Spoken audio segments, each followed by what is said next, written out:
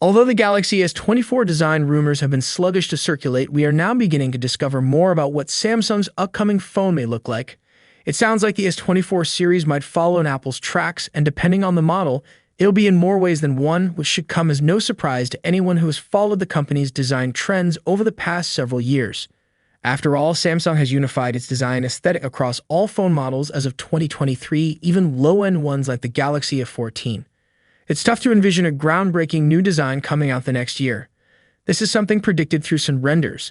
The early renders clearly show that the S24 Ultra model will have a whole new design.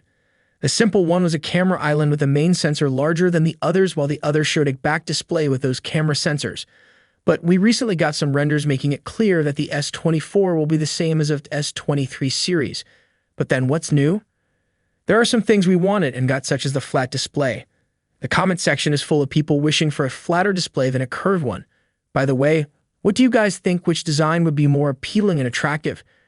Is the new big sensor with or without a back display, or is the other one the same as the S23 Ultra? Do share your opinion. It appears that Samsung has finally given up on its curved screens based on both renders and rumors. These S24 Ultra mockups appear to confirm that, showcasing a well-known design that simply matches the Pixel 8 Pro in terms of the panel's removal of curved edges. With this modification, some of the biggest Android businesses have finally abandoned curved phones, and it seems more and more likely that flat edges are back and will likely remain so. The flat display of the Galaxy S24 Ultra will once more be 6.8 inches in size, this time with a 1440 pixel resolution and a maximum brightness of 2500 nits. This was confirmed by Ice Universe. That represents a significant improvement over the Galaxy S23 Ultra's 1750 nits panel from this year. Combining these flat screen rumors with information that the S24 Ultra will weigh only 233 grams, thanks to a titanium frame, it sounds like a significant improvement over this year's phone. There will be a few more adjustments made to phones.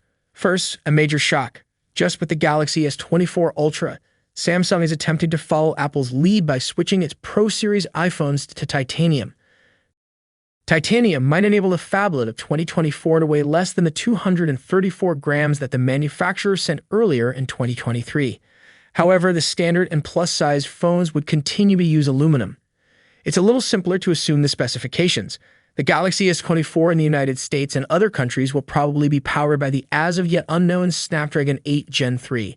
It's difficult to imagine the two firms' collaboration ceasing after they collaborated to design a unique Snapdragon 8 Gen 2 model for the Galaxy S23 last year.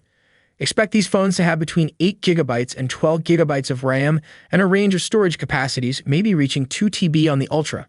Following prior rumors that the firm was trying to pivot back to in-house CPUs by 2027, we've heard that Samsung may try to switch back to Exynos chips in some countries as early as next year. However, the brand has refuted this report. A second leaker responded a few days after we learned about the switch back to Exynos, saying the Galaxy S24 series was continuing with Snapdragon everywhere. According to recent reports, the Galaxy S24 Ultra will use the Snapdragon 8 Gen 3 in every country, while the other S24 variants would use Exynos in places like Europe.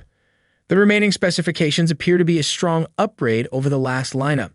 The Galaxy S24 might have support for ultra-wideband for the first time, and all three devices might get displays that are brighter to help with outdoor visibility.